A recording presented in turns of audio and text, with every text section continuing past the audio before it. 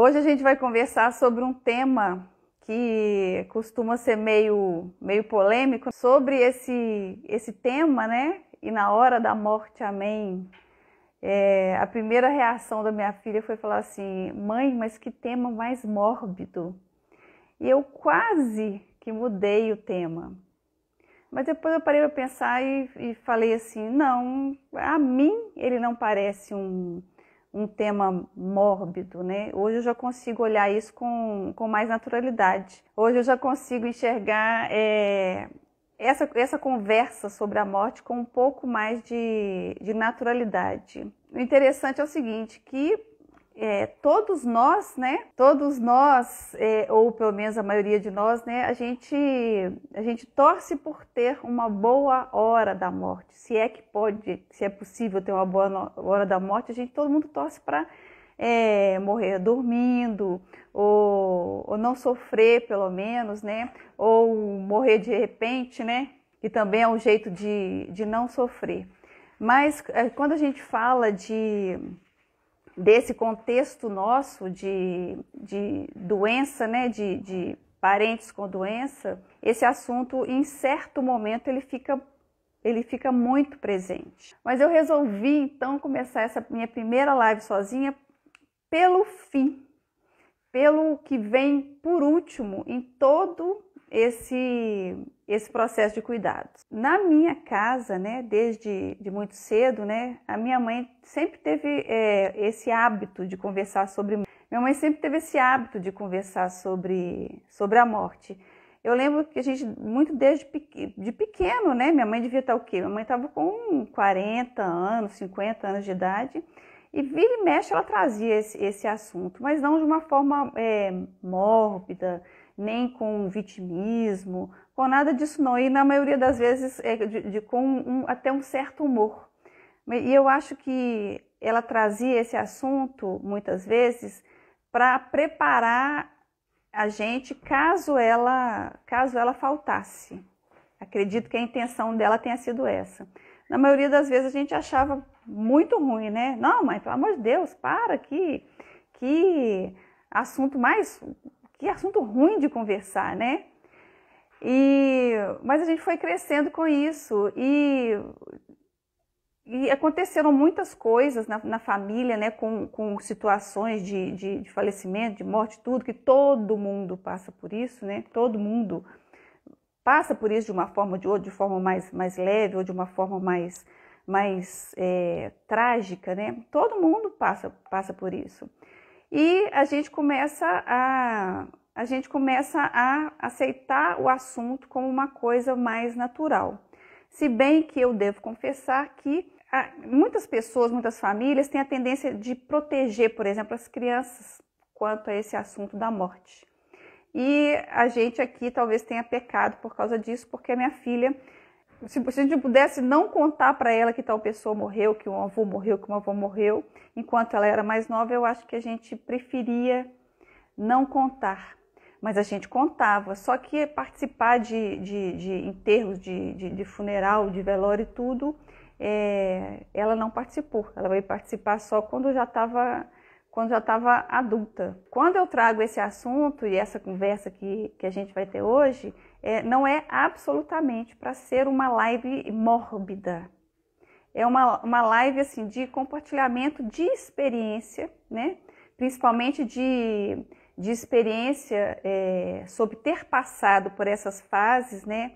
De Alzheimer e de ter chegado até o final. É um compartilhamento de informação mesmo e algumas coisas que acontecem durante esse processo que vem pra gente como surpresa, né? Termos que você nunca ouviu, procedimentos que você nunca ouviu falar, situações que começam a acontecer, né? Então, dentro do contexto do Alzheimer, que é uma doença que tem estágios e que evolui naturalmente, né, para trazer problemas neurodegenerativos que vão destruindo funções importantes de vida que a gente tem. A circulação da gente, né, A gente pode vir a ter problemas cardíacos e problemas respiratórios graves e que isso pode levar à morte, porque a gente perde capacidade o doente de Alzheimer, né, perde capacidade de deglutição, de respiração, e isso acaba culminando nesse evento da morte. Então, muitas vezes, quando a gente começa a conversar sobre isso, existe uma tendência a não querer falar sobre a hora da morte. Fica parecendo que é um assunto proibido, como se você fosse conversar sobre isso, quer dizer que você está agorando, ou então que você está chamando, né? Chamando ou desejando que a pessoa morra. Mas que hora conversar sobre a morte, se não enquanto a gente está vivo, né? Não tem outro momento para conversar sobre a morte enquanto a gente está vivo, né? E algumas surpresas, né, vão acontecendo no decorrer desse processo. Dependendo muito de ter ou não doenças associadas, o paciente de Alzheimer pode viver menos ou pode viver por muitos anos. Tem paciente de Alzheimer que vive 8, 10, 15 anos e muitas vezes vive em condição muito, muito precária, muitas vezes passa anos e anos na cama. E outras vezes, quando tem doenças associadas, né, como foi o caso da minha mãe, por exemplo, ela viveu 4 anos com Alzheimer, tinha outras doenças associadas, então por isso ela partiu mais rápido, sem talvez não, eu acho que eu posso dizer com certeza, sem ter chegado ao último estágio da doença, porque a causa morte nem foi o Alzheimer em si, não, né? Então é isso. Depois eu quero saber de vocês se vocês têm experiência, né, com esse assunto, o que vocês acham desse assunto. Se isso traz assim um medo de conversar sobre isso, se vocês conversam com isso naturalmente na família, se vocês já expressaram o desejo de vocês a respeito desse acontecimento, morte, com vocês mesmos, né? O que vocês querem que aconteça? O que vocês querem que seja feito? Vocês gostariam, né? Porque a gente faz planos, a gente vai estar morto mesmo, né? E vai depender de quem vai cuidar da gente, que vai estar com a gente presente nesse momento, se vai ser respeitado ou não. Esse, assim, desejo de como seja, né? Até qual momento quer que seja estendido a vida, como é que quer que seja depois, não até qual momento que vai ser estendida a vida, eu digo em momento se houver um sofrimento muito grande, né? Se você quer que continue tentando, fazendo todo o possível para te trazer de volta, ou se chega um momento, se você tem esse momento em mente. Mas assim, hoje o convite é trazer essa consciência para a gente, né, para a gente usar com a gente, mas muito direcionado a esse evento, né, Alzheimer, doenças terminais. A Grazi está dizendo que nunca teve problema quanto a isso. Falo muito sobre querer ser cremada. E todo o ritual seguinte. Isso é interessante. É interessante porque eu acho que poupa quem vai cuidar, né? Quem vai cuidar desses procedimentos depois, de decidir o que tem que ser feito. Então, quando a gente já expressa isso desde muito cedo, né? Quer doar todos os órgãos, quer ser cremado, quer ser enterrado em tal lugar, quer que a cinza seja julgada em tal lugar. Quando isso é expresso, né, com antecedência, quando essa conversa passa a ser uma coisa natural dentro da família e desde pequeno, né? Porque a gente muitas vezes fica querendo poupar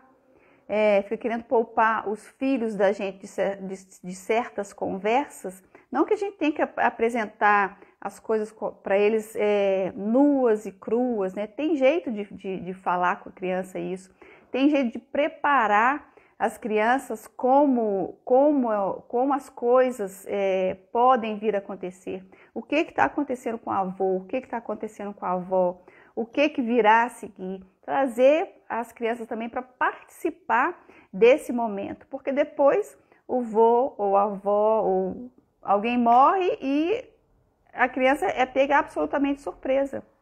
Né? Morreu, mas meu avô estava tão bem, ninguém falou que estava doente, eu nem soube que ia para o hospital. Então, assim, trazer o assunto para a família, para as crianças, para todo mundo participar, fazer desse evento, né, uma coisa natural, porque afinal a única certeza que a gente tem é essa, né?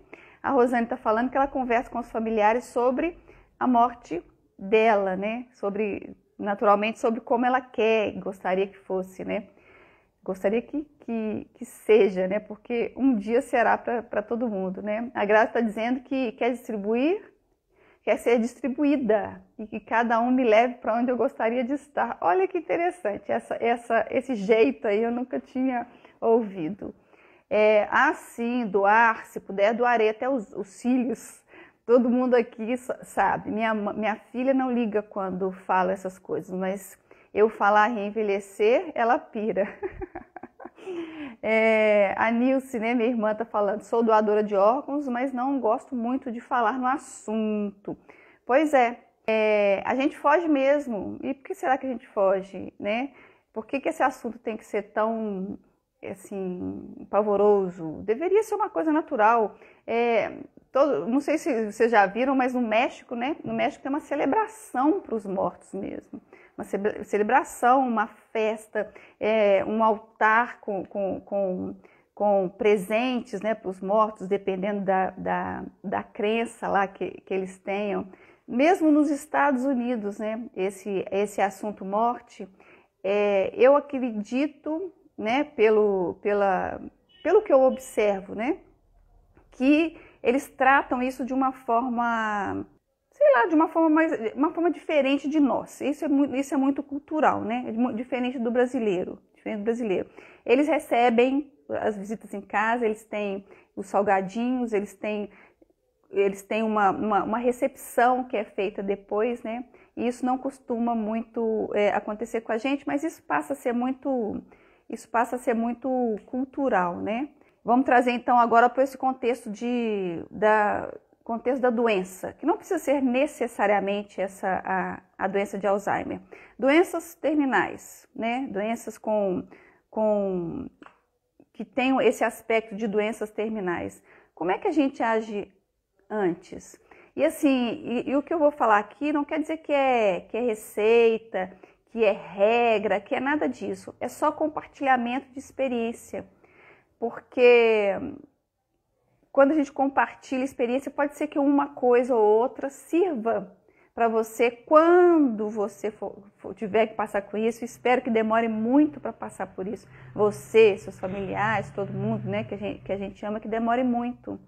Mas que se um dia acontecer, essas coisas não sejam tão surpreendentes para vocês como foi para a gente, para minha família e como é para muitas famílias que passam por esse momento. Quando a gente está passando por esse processo, né, de cuidados com pessoas com doenças evolutivas, né, que vão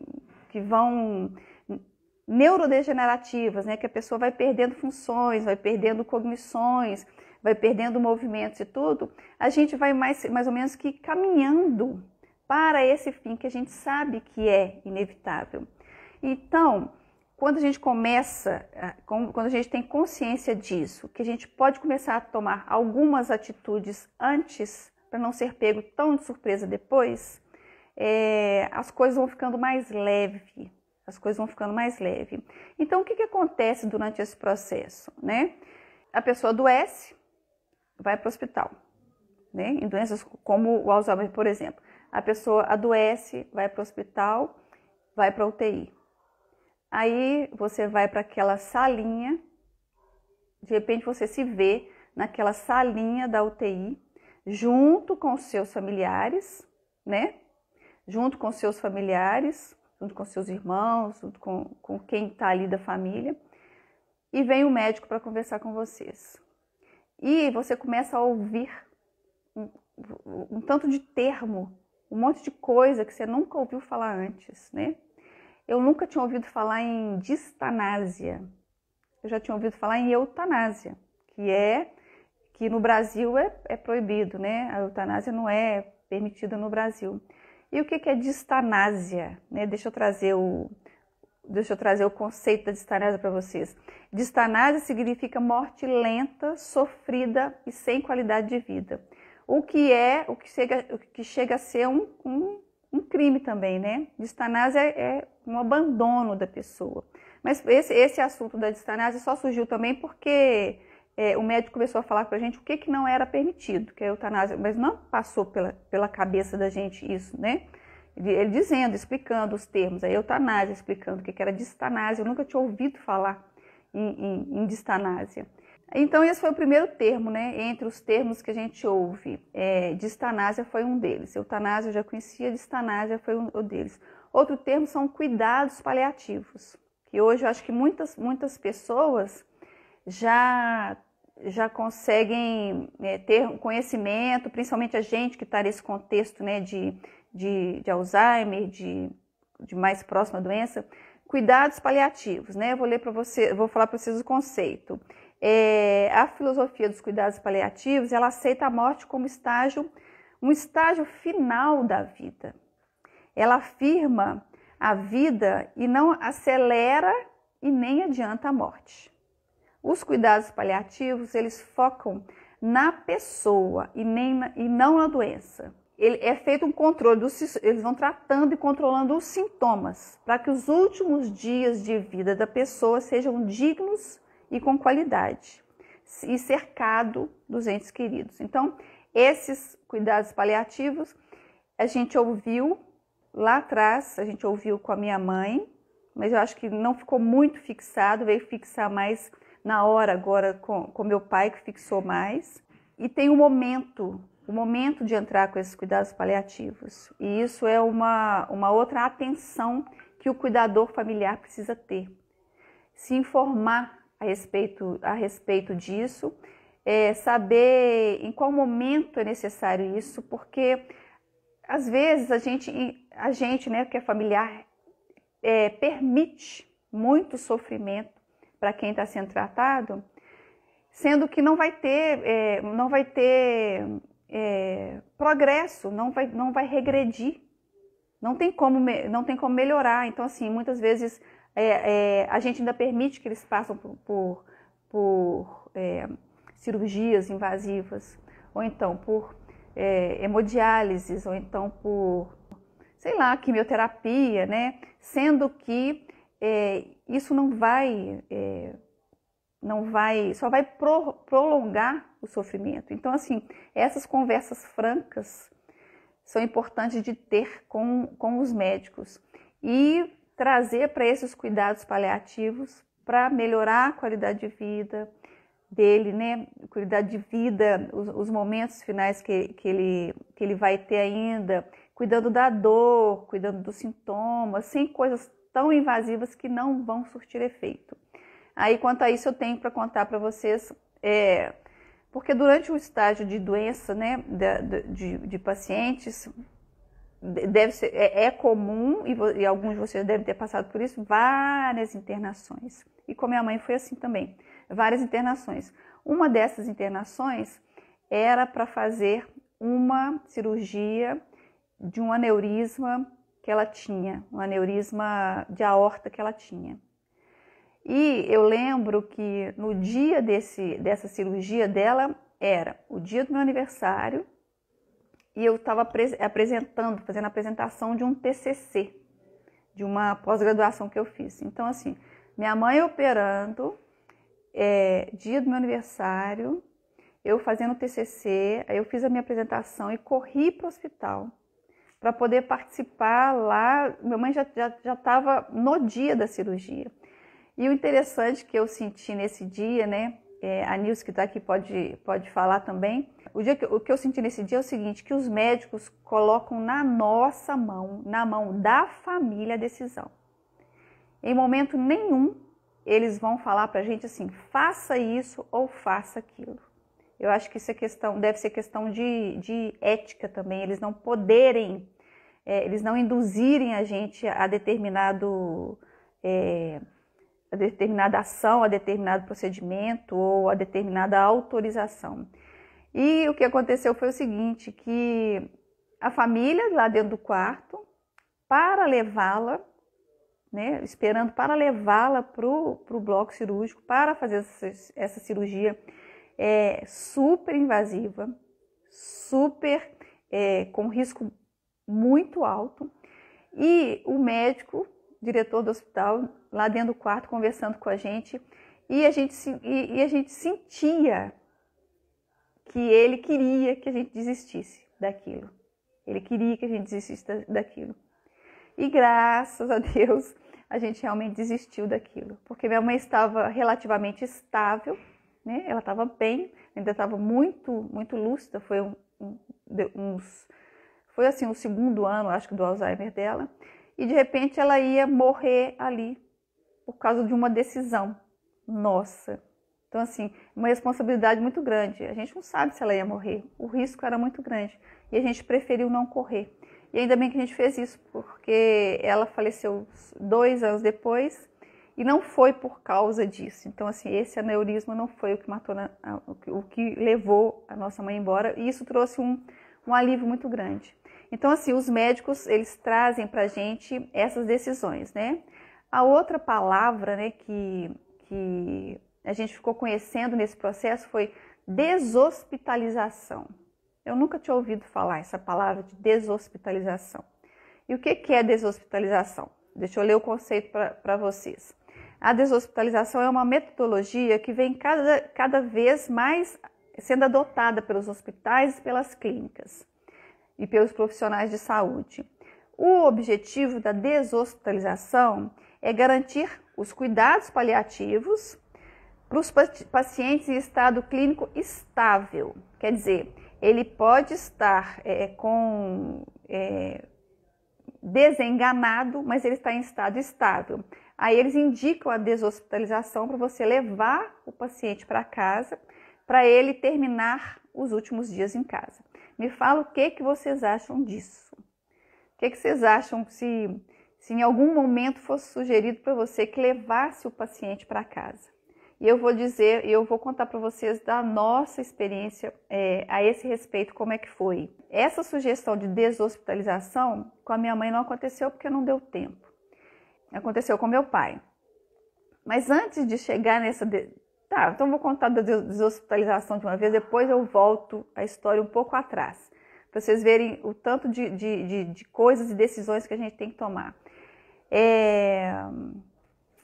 Não, talvez seja melhor eu começar lá por trás mesmo. Meu pai desenvolveu, logo depois que minha mãe faleceu, meu pai também desenvolveu uma doença degenerativa, né? O parkinsonismo atípico, que era uma outra coisa que eu nunca tinha ouvido falar também. Mesmo porque, gente, a gente não fica pesquisando doença, né? A gente só passa a se interessar pelo assunto e buscar alguma informação a partir do momento que você está vivenciando aquela situação, né? Deixa eu ver o que a Grazi está falando aqui. Acho que depende muito. Em alguns casos, talvez seja mais adequado mesmo, né? A deshospitalização. Pois é. Aí eu vou te contar, Grazi, sobre a nossa experiência. Sim, eu conheço casos de gente que levou para casa um vizinho que a gente tinha. Lá onde minha mãe morava. O vizinho, ele foi levado para casa e realmente ele faleceu em casa. Mas ele não estava dependente de oxigênio e nem nada disso. Então, eu vou começar lá do começo, né? Que eu vou contar como é que foi com meu pai. Meu pai teve uma doença neurodegenerativa, logo depois que minha mãe faleceu. E ele desenvolveu e foi muito rápido, foi muito rápido. Quando minha mãe faleceu, a gente pensou que ele ainda ia viver muitos anos, mas foi muito rápido e devastador. O dia que ele passou mal, né? Ele passou mal e a gente correu lá para socorrer. Ele estava tendo uma crise respiratória aguda. Foi socorrido, ficou na ambulância durante 1 hora na frente lá do lar de idosos, que ele estava no lar de idosos, E de repente o médico, o chefe, né? O chefe da equipe da ambulância pergunta pra gente assim, vocês vão querer que entuba? Imagina só, nunca que a gente imaginou que a decisão dessa intubação tivesse que partir da gente. Então, assim, eles colocam toda a responsabilidade na frente na gente. E eu e mais 2 irmãs ali na hora e a decisão foi que entubasse, porque ele estava em grande sofrimento. E você ia querer que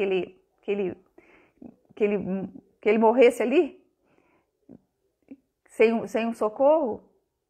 Mas era a gente que tinha que tomar essa decisão. Se a gente dissesse para o médico, não entuba não, ele não entubaria e a responsabilidade seria nossa, né, toda. Entubou, foi para o hospital, ficou 14 dias entubado.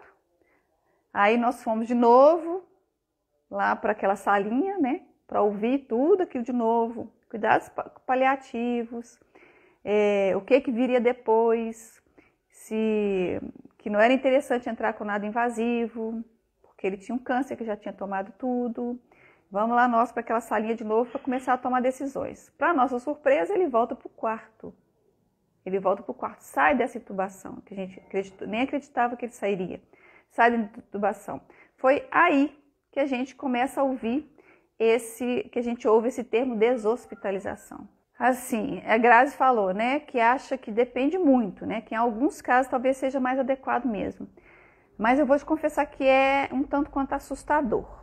Você vê a pessoa naquelas condições, né, sabendo que tem poucos dias de vida, absolutamente debilitado, com o oxigênio e tudo, e tendo todo aquele amparo, aquele socorro ali dentro do hospital, essa possibilidade de levar ele para casa. Eu não sei te falar se essa deshospitalização, ela chega num ponto de ser obrigatória, e acredito que não, que ninguém vai te obrigar a levá-lo para casa. Só que essa decisão é muito difícil, O que implicaria levá-lo para casa, por exemplo? No caso, ele estava num lar de idosos. Implicaria em providenciar, né, uma cama hospitalar, um leito hospitalar, um colchão hospitalar, porque já precisava. Muito provavelmente, né, com certeza, o plano médico levaria tudo para ele, oxigênio e tudo. Mas imagina, né, quando a gente está de fora para falar é uma coisa, mas imagina, foi muito angustiante a possibilidade de levá-lo de volta para casa. A gente queria que ele tivesse ali cuidado e que, de certa forma, a gente também tivesse ali cuidado, sem precisar passar por esse momento tão difícil, longe de uma assistência. Aí acabou que não foi preciso, porque ele não chegou a esse estado estável para poder ir embora para casa. Então, só aí foram 3 termos, né?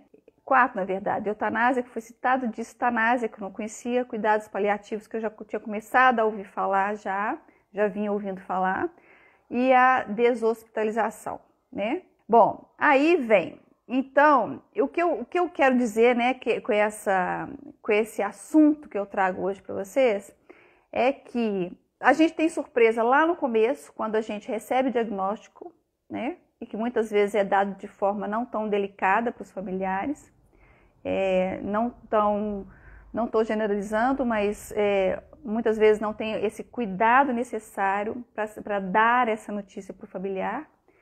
E a gente é pego de surpresa, né? Porque na maioria das vezes, hoje já, não sei se é porque a gente está no contexto da doença, né? E acha muito comum hoje ouvir isso, mas tem pessoas que nunca ouviram falar de doença de Alzheimer e de repente recebe esse diagnóstico. Mas o que é isso? O que eu faço agora e tudo? E você volta para casa com o seu familiar e com esse diagnóstico.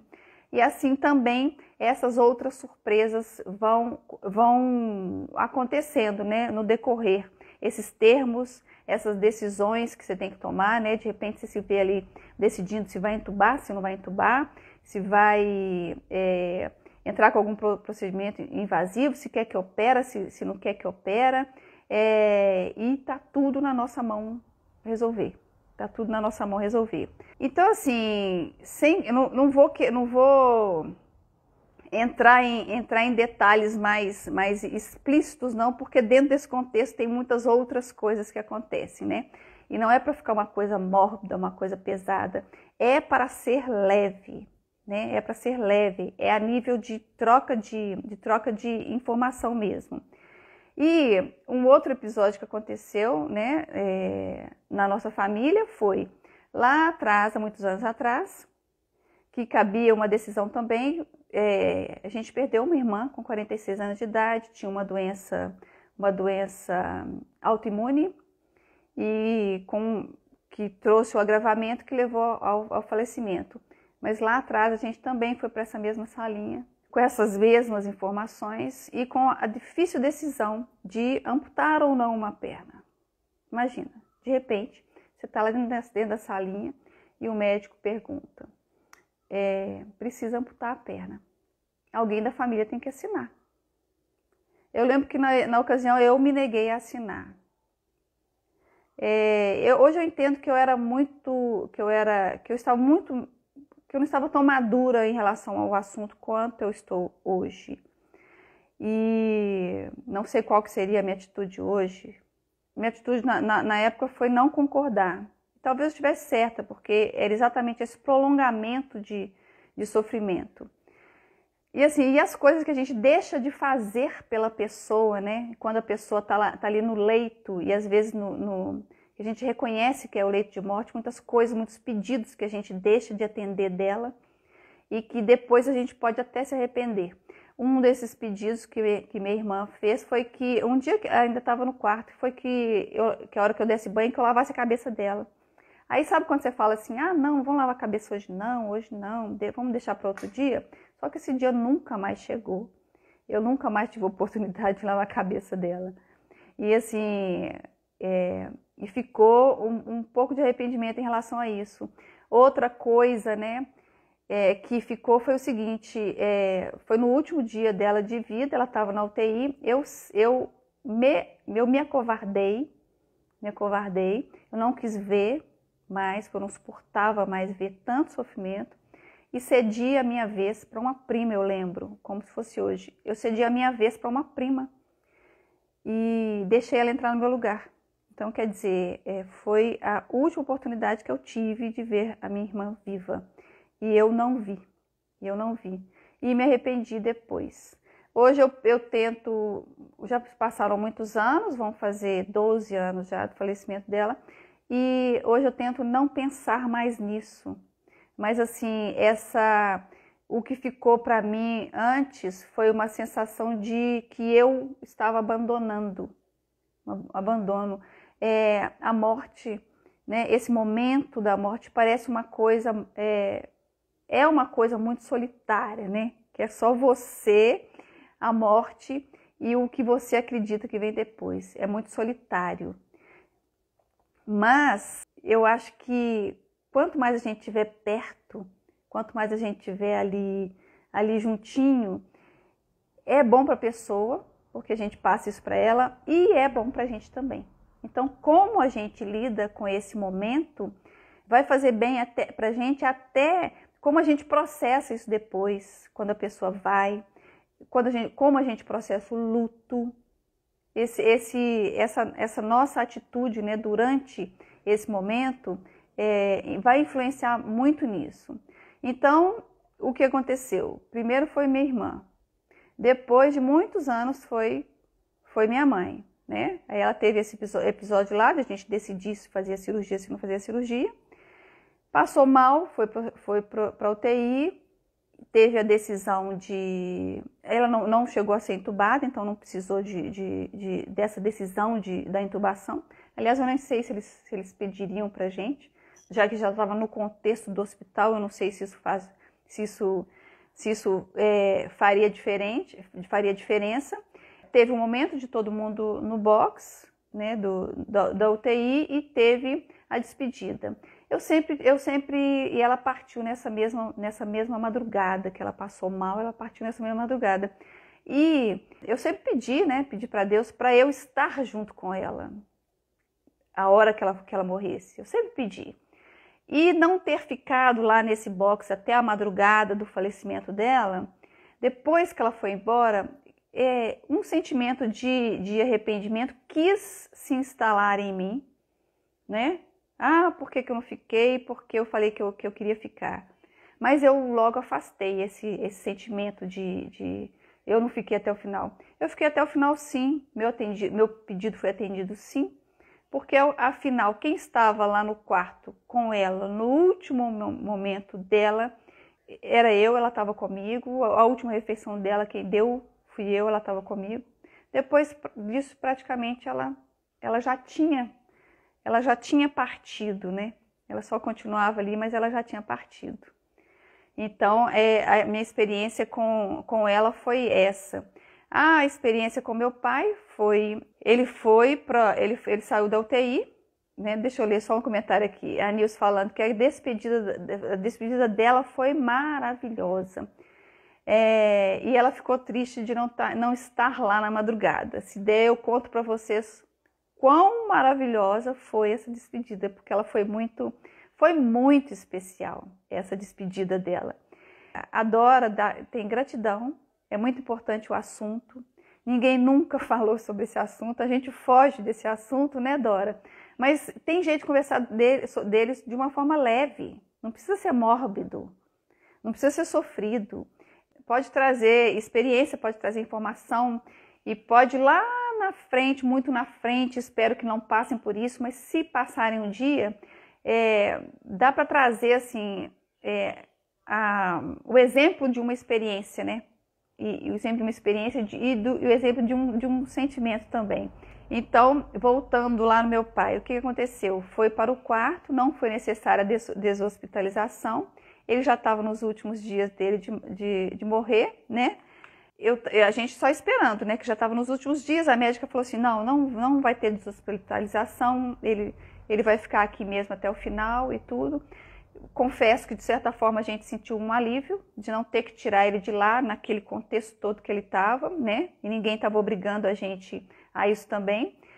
E eu vim para casa, tinha 2 irmãs lá, junto com uma cuidadora que também estava lá, junto. Aí me ligaram, né? Falando assim, ó, vem porque o papai está nos últimos momentos dele. Aí, eu não queria ir. Eu lembro que eu estava aqui e não queria ir. Depois, minha irmã insistiu, falou assim, não, Denise, vem sim, vem sim. E ainda bem que ela insistiu. E eu fui. E pensei assim, né? Foi sofrido, mas eu falei assim, eu vou fazer diferente dessa vez. Então, assim, eu acho que eu fui evoluindo ao longo das despedidas, eu fui evoluindo. E o que eu fiz? Eu fiquei em pé do lado do meu pai, com o meu dedo aqui, olha, sentindo os batimentos dele. E eu fiquei ali até ele parar de respirar. Ele parou de respirar. E o interessante é que o coração ainda bateu muito tempo. Muito tempo. E eu fiquei ali, né? Conversando com ele, falando as últimas coisas que eu queria falar com ele. E só tirei a mão dali a hora que o coraçãozinho dele deu a última batida. Então, assim, eu acho que foi muito importante para mim isso, porque foi o meu jeito de estar presente, de estar junto dele, até o último momento dele. E eu, nas coisas que eu acredito que ele se sentiu confortado pela gente que estava ali do lado dele, né, por essa acolhida, por esse toque, até o último momento. Então, assim, foi uma evolução, né? É uma história de morte e de evolução, de reação perante a morte, né? E o que eu quero contar para vocês também, né, sobre isso é o seguinte, isso faz muita diferença no como você reage depois, dependendo de como você haja durante esse momento de morte, né?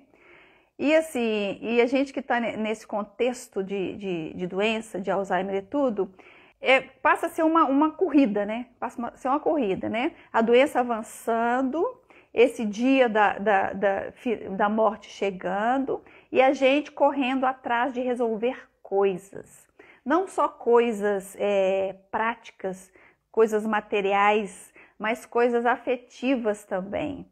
Então, assim, é uma corrida quanto tempo para pedir perdão, né? Para perdoar sobre aquelas coisas que você acha que ainda tem que pedir desculpa. Então, eu pelo menos fiz essa corrida louca. Comecei lá com a minha mãe, né?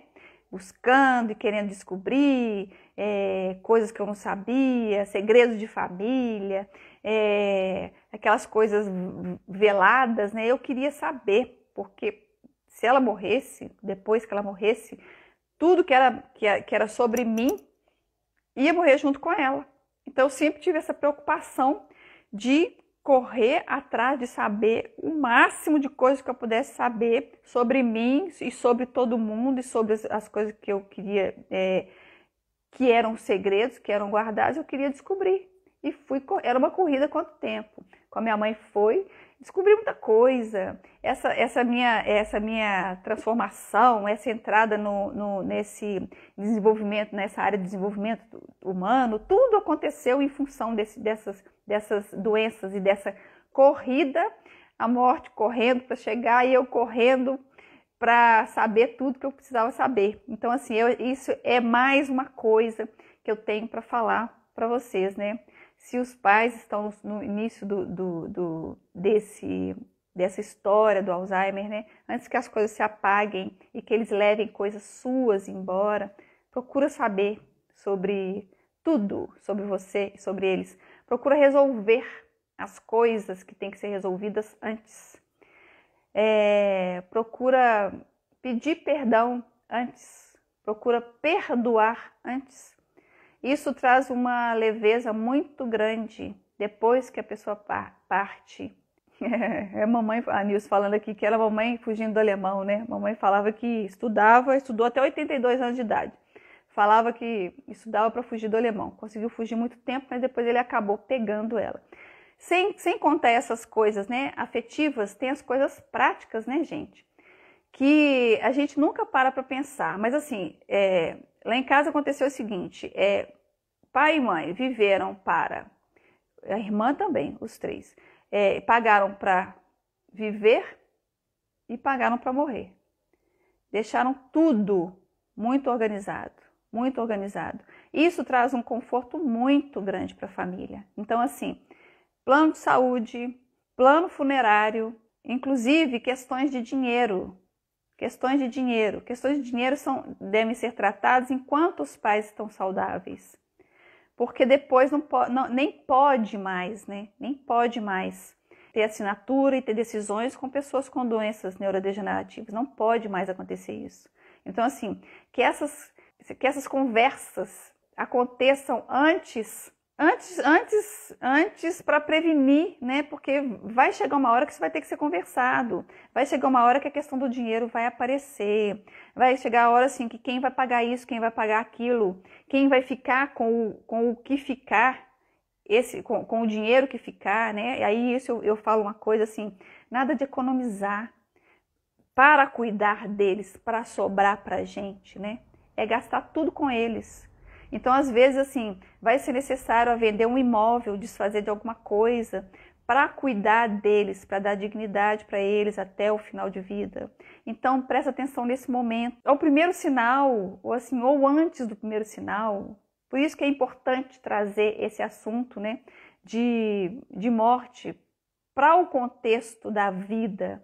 Inclusive, eu acho que quando a gente conversa com mais naturalidade sobre a morte, a gente tem muito mais vontade de viver, porque a gente tem consciência da finitude, a gente tem a plena consciência de que nós somos finitos, nós vamos morrer.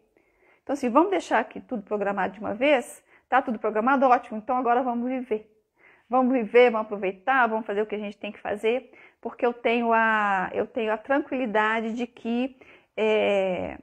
que o mínimo que eu posso fazer para resolver, para não trazer problemas para a família, conflitos para os irmãos depois, briga por causa de herança, briga por causa de dinheiro, desavença, separação, né? Muitas vezes pai ou mãe morre e acabou a família, porque o único elo de ligação era a família, era o pai ou a mãe, né?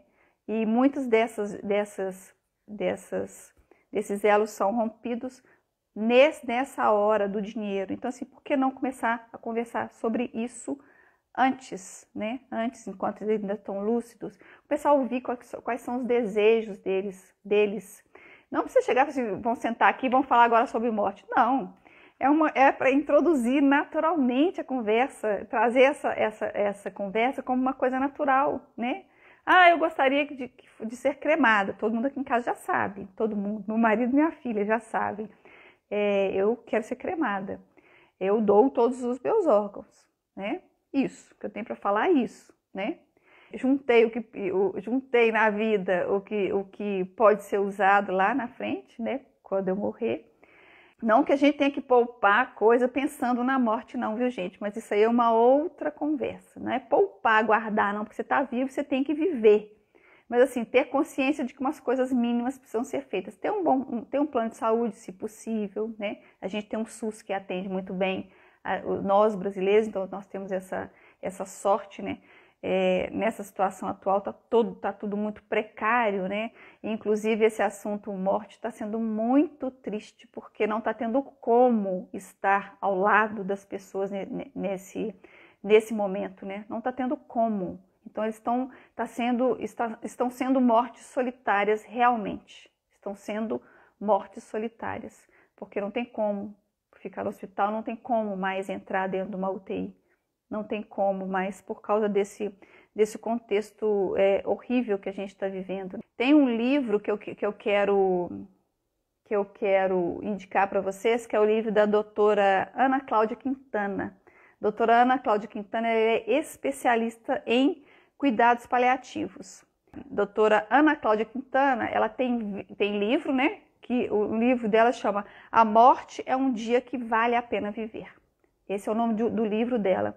E ela tem vídeos no YouTube, vídeos lindos, palestras maravilhosas sobre o assunto, de uma forma leve, E o trabalho dela é estar ali nos últimos momentos, trazendo dignidade, trazendo conforto, diminuindo dor dessas pessoas. Também passei por essa experiência, a Giane, né, com o marido.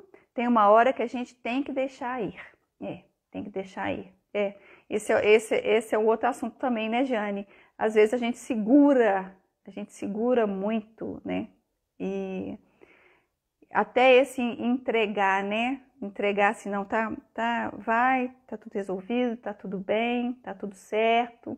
Pode deixar que a gente toma conta do que fica, vai descansar. Eu acho que só dessa fala que a gente tem para eles já traz um alívio, né? Eu coloquei uma conclusão aqui. A conclusão que eu coloquei é a seguinte, que as experiências que eu particularmente vivi, né? Pode ser que vocês conversarem com cada um dos meus irmãos que passaram por tudo isso junto, né? Porque a gente sempre foi muito unido nesse cuidado. É interessante ver qual que foi o ponto de vista de cada um deles. O meu ponto de vista foi esse, né? De todas essas experiências que eu vivi, eu evoluir no meu comportamento perante esse assunto morte. Eu acho que, na verdade, a gente não tem medo da morte. A gente tem medo do como a gente vai morrer, né? Mas é melhor não pensar nesse como, não. E como a gente não tem poder nem sobre o quando, nem sobre o como, vamos pelo menos administrar aquilo que está ao nosso alcance, né? E tomar as providências, tanto para as pessoas, né, que são os nossos parentes, que estão com alguma doença, ou mesmo que não estejam com doenças, conversar de uma forma mais leve, colocar esse assunto em pauta. Então, assim, a minha conclusão é a seguinte: essas experiências todas, né, estando tão presente nesse momento da morte, me fez evoluir e conversar sobre isso com mais naturalidade. Hoje não me choca conversar sobre morrer. Eu não tenho medo de morrer, E nem penso em como vou morrer. Porque se eu começar a pensar, eu estou criando coisas na minha cabeça, eu não quero criar. E me faz assim pensar que hoje eu teria agido diferente do que eu agi lá atrás com a minha irmã, né? Teria lavado a cabeça dela, teria subido lá para estar do lado dela, né?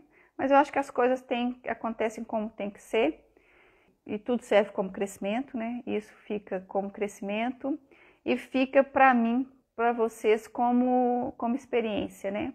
Não são verdades absolutas, são apenas experiências que eu estou compartilhando. Não quer dizer que a forma como a gente fez ou como a gente decidiu foi o melhor jeito. Isso é muito particular, isso é muito pessoal. Cada família vai tomar as decisões que couberem, que acharem que são devidas. E é muito importante que isso seja feito em conjunto. Porque quando a gente toma decisões muito solitárias, parece que a responsabilidade cai muito em cima da gente e a gente fica talvez fique com um peso a mais. Então, se puder tomar todas essas decisões, né, a respeito de quem está ali nesse momento precisando do acolhimento da gente, se a gente puder tomar essas decisões em conjunto, junto com os nossos irmãos, junto com os familiares, né, com a orientação dos médicos, que eles só não falam para a gente fazer, mas eles quase que o melhor caminho é esse, o melhor caminho é esse. Tanto é que a hora que a gente toma a decisão, eles fazem assim com a cabeça, né? Acolhendo aquilo como a melhor decisão que a gente tomou, né? Gente, obrigada pela presença de vocês, um beijo grande. Quem achar interessante, compartilhar a live também, para quem vocês acham que vai achar interessante ouvir um pouquinho dessas experiências, tá? Espero que tenha sido leve para vocês. Para mim foi leve falar, tanto é que eu nem chorei, nem embarguei, né? O que há um tempo atrás aconteceria. Foi leve conversar, espero que tenha sido para vocês também. E aceito sugestões de lives, viu, gente? Dentro desse contexto, dentro desse nosso assunto tão especial, tão particular, tá? Beijo para vocês, boa noite. Obrigada pela presença de cada um de vocês.